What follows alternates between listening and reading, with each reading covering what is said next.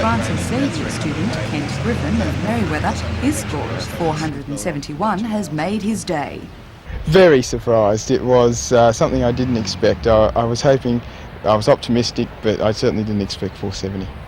Next year I hope to go to Sydney to Macquarie University, where I'll be doing a Bachelor of Economics degree with actuarial majors, and then after I leave there I'll join an insurance company. I'll have a scholarship with one when I go to Macquarie, and then I will complete 4 years after that and hopefully be a qualified actuary by the time I finish. 1985 was a controversial year for New South Wales HSC students, with break-ins and widespread allegations of cheating. The Director of Education, Alan Beard, says that to his knowledge, none of these problems affected the Hunter Valley students. We've done a little better than the average. If we take the 50% mark, I can say that more than 50% of our candidates did better than average in the HSC, and that's good news for all the schools in the Hunter region, I think. But meanwhile, the saga of the 1985 HSC continues, with many students confused and unsure about their marks and their future. Sometimes Theo the HSC is the fairly Department of difficult to Education's interpret Inquiry in terms Centre, which, in conjunction with an advisory centre, helps students understand their marks and their entitlements. Sometimes the HSC is fairly difficult to interpret in terms of the information that's actually shown on the high school certificate. So we have 3 people, 2 of whom are school careers advisors and 1 is a school counsellor, who in fact operate in the capacity of explaining to students exactly how they can use their high school certificate, what universities they are eligible to matriculate to, what sorts of careers they can consider given the quality of the results for their high school certificate.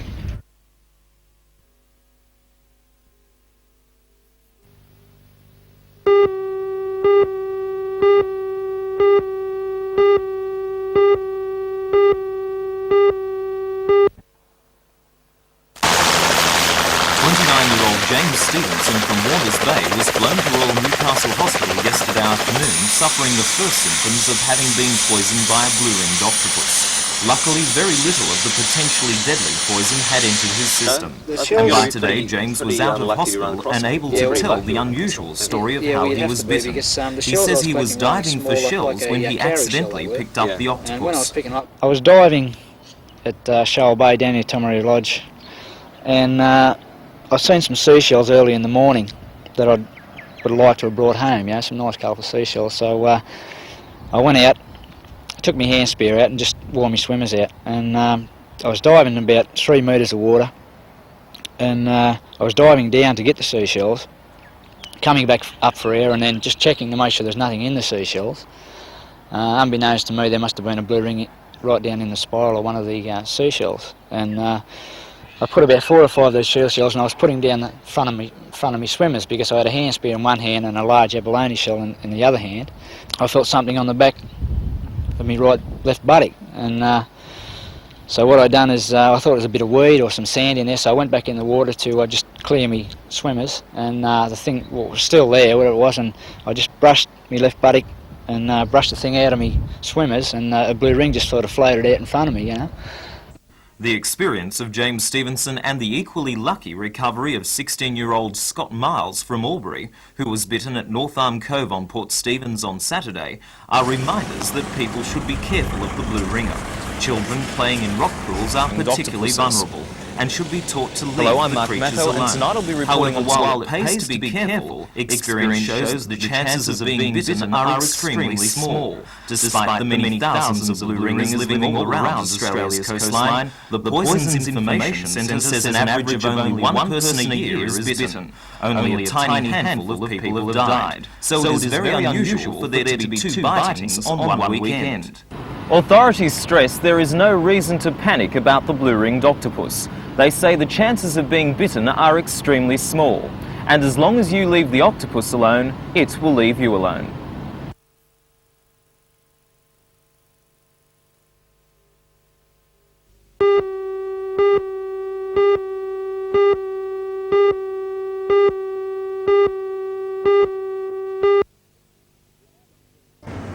This is John Church reporting. For the last 10 years, Freeman's Waterhole has been the home of this World War I steam loco, but the weather and vandals have started to take their toll. So the Richmond Vale Railway Museum has decided to take things into their own hands and find this loco a brand new home. Join Ray Deneen and Anna Manzoni for all the news tonight at 6.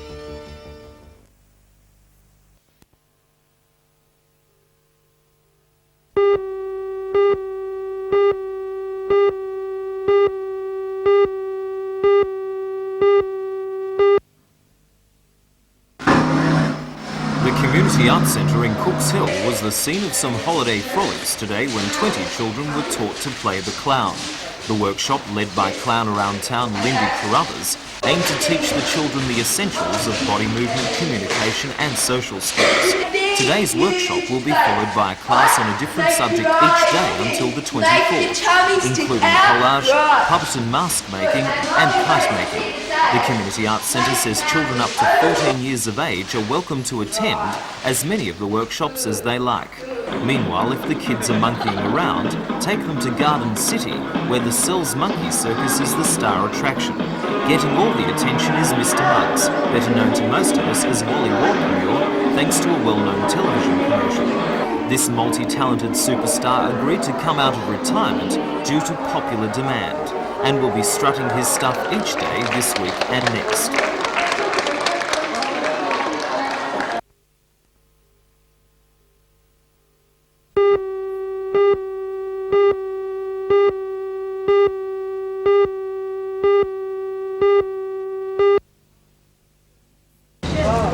There are many variables in the schoolwear market. Prices vary with the sizes and the quality of the uniforms, as well as the school's requirements. Regional Director of Education Alan Beard says the department doesn't have any hard and fast rules about uniforms. He says it will support the parents and principals who are in favour of the unity that uniforms can bring to a school. According to Mr Beard, certain attire is required for physical education and industrial arts, but that's mainly for safety reasons. But back to the uniforms. Tunics can cost anywhere from $22 to $30. Blouses upward from $9 and socks start at about $2.50. For primary school-aged boys, shirts and shorts start at about $8. The number required depends on how rough the children are on their clothes or how quickly they grow. And then, of course, there's the shoes, which have been a point of contention in many schools. The problem is over whether students should wear sandals, running shoes or leather shoes. Often the cost and peer group pressure determines which is chosen. The prices range from about $12 to $35, from the sandals to the fully covered leather shoes. Stationery can also set you back a pretty penny, with the average student paying up to $60 for exercise books, texters, pencils, loose-leaf paper and textbooks. For those who are finding it hard to make ends meet, most of the larger schools have clothing pools with well-kept second-hand uniforms.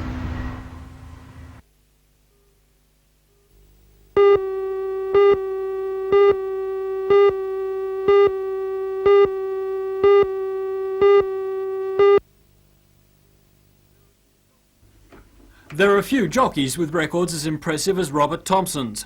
The 27-year-old from Cessnock had his first ride at 14 years of age. The next year he rode his first winner. He's won 5 consecutive apprentices premierships and has chalked up 6 jockeys premierships since.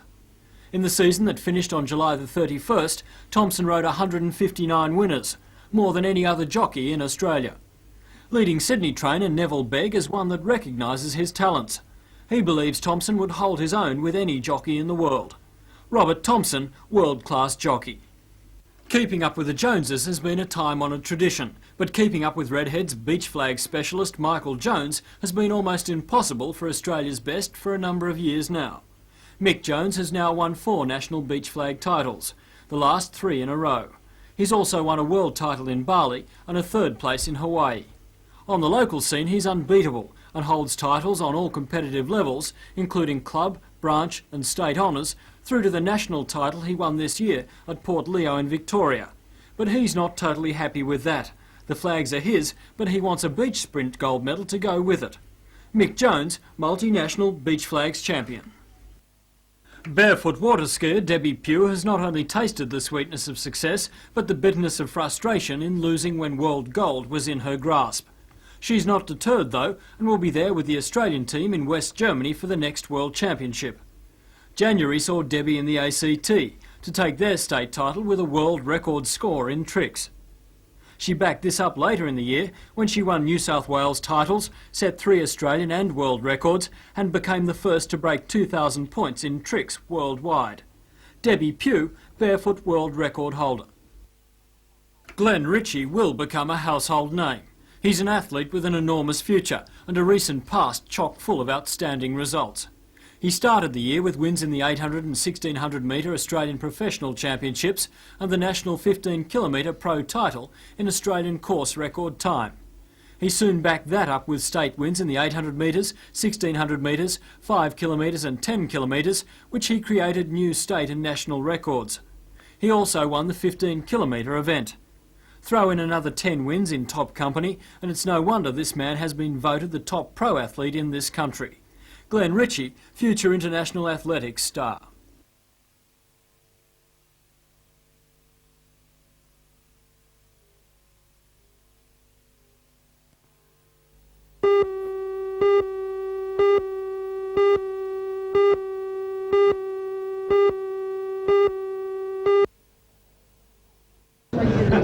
A small group of hospital board members and close friends gathered for dinner last night at the Madison Motor Inn at Charlestown to honour 70-year-old Peter Bradley. Mr Bradley is retiring, and as he has to, after more than 25 years as a board member of the hospital. He was elected to the board in 1960 when members were elected by the public. He served as board chairman for 6 years and had the Bradley ward in the new wing named after him. He retires as the longest serving board member and has seen the hospital come from being more or less a little country hospital to a major teaching hospital with over 200 beds.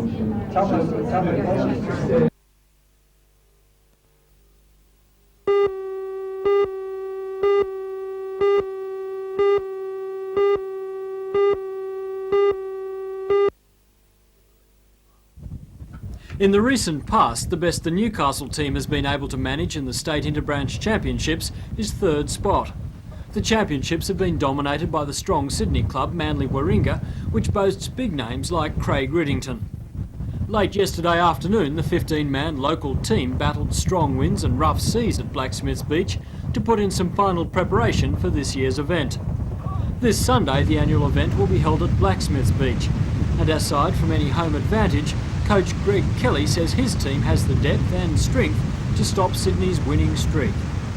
Our chances this weekend are excellent. I believe this is one of the best interbranch teams that from Newcastle has picked for many years, and I believe we're really going to give the Sydney and Manly Warringah branches a run for their money. In the past, we've really been a little in the shadow of the Sydney clubs. We're sort of the country club. I think we'll change that image this year.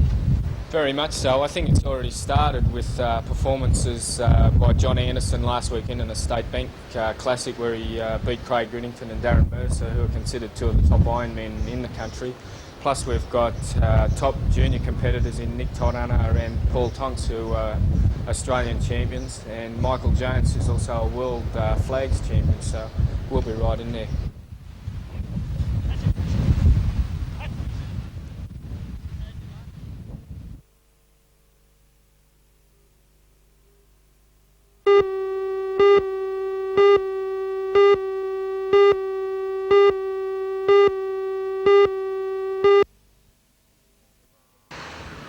This is all that remains of the house on the entrance road at Foresters Beach. Police say the fire started in the lounge room at about 3:30 this morning. Fire brigades from the entrance in Killarney Vale attended the blaze. According to police, 24-year-old Owen Howard was in the lounge room when the fire started. His wife, awakened by the fire, opened the lounge room door to find the room engulfed in flames. She grabbed her 4- and 2-year-old sons and ran next door to alert the fire brigade. Mr. Howard managed to fight his way out of the house, but received burns to 40% of his body. Police are investigating the cause of the fire.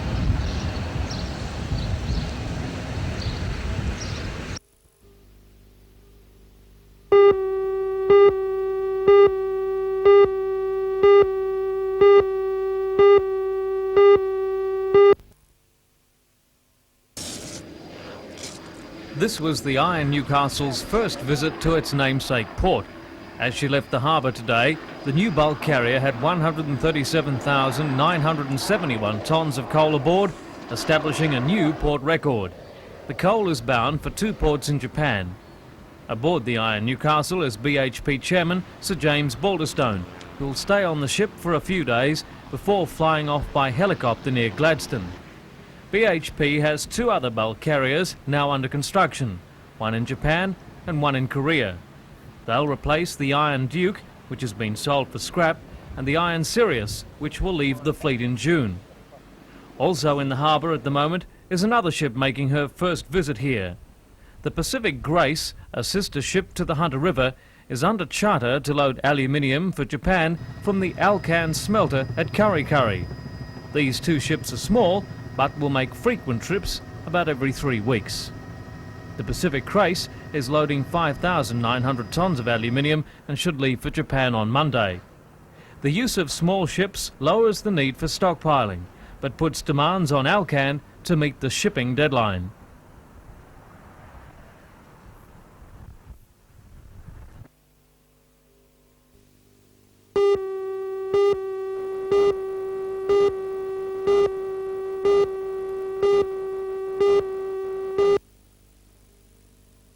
Good afternoon, I'm Janelle Provost.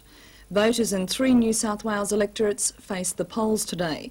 3 ALP members have resigned over the past 3 months, leaving vacancies in Kiama, Cabramatta and Canterbury.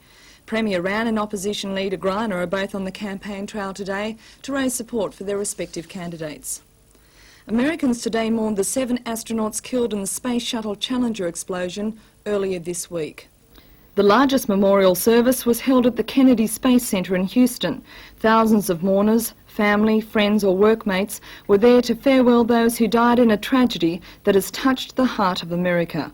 President Reagan and his wife Nancy comforted the distressed families, but the President also gave an assurance that as a tribute to those who lost their lives, America would press on with its space program. Man will continue his conquest of space, to reach out for new goals and ever greater achievements. That is the way we shall commemorate our 7 Challenger heroes. Meanwhile, the search continued for pieces of wreckage off the coast of Florida that may give some clue as to why the Challenger exploded. Divers say they have spotted a large metal object on the ocean floor that may be the module that the 7 astronauts were in. $10,000 worth of finches have been stolen from a backyard aviary in Wallsend. The owner says he awoke to find a hole cut in the aviary and 151 pairs of valuable finches were gone. Wallsend police are calling on the public for any information on the theft.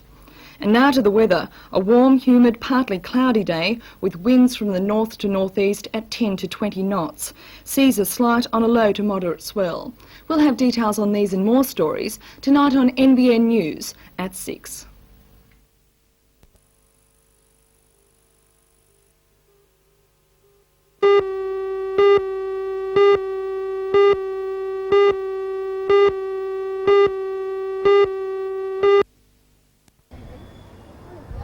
The mood at Carrington Slipways today was one of sunny confidence as the latest ferry, the Scarborough, waited for launch.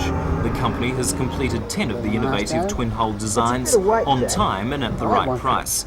The $2 million ferry is one of 4 being built with federal government bicentennial funds. The 11th and last of the series, the Friendship, will be launched later this year. On hand for the Scarborough launching was the Federal Transport Minister Peter Morris, the State Transport Minister Barry Unsworth and Youth and Community Services Minister Frank Walker. It was Mr Walker's wife Marilyn who did the honours, cracking champagne over the Scarborough's bow and sending her on her way. The ferry will soon be plying Sydney Harbour, where she will carry up to 400 passengers at a top speed of 14 knots.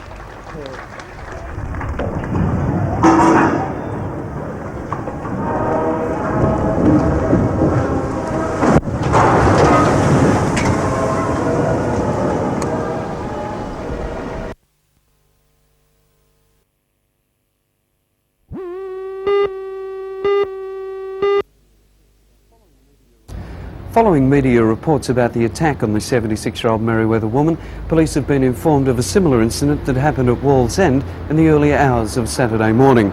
There, an elderly woman awoke to find a strange man in her house. He was wearing only underpants and was brandishing a knife. She screamed, she raised the alarm, and he fled before harming her. Police are now investigating links between these two incidents and also the rape late last year of a 72-year-old woman in Beaumont Street, Hamilton. They've appealed to the public for assistance in their investigations and have released this description of the man they're seeking. He's aged 30 to 40 and is 172 centimetres or about 5 foot 6 inches tall. Of solid to fat build, he has short dark hair. It's possible he has an accent or speaks in broken English. Anyone having seen anything strange in the Merewether or Wallsend areas over the weekend, or knowing anyone fitting this description, is asked to contact their local police as soon as possible.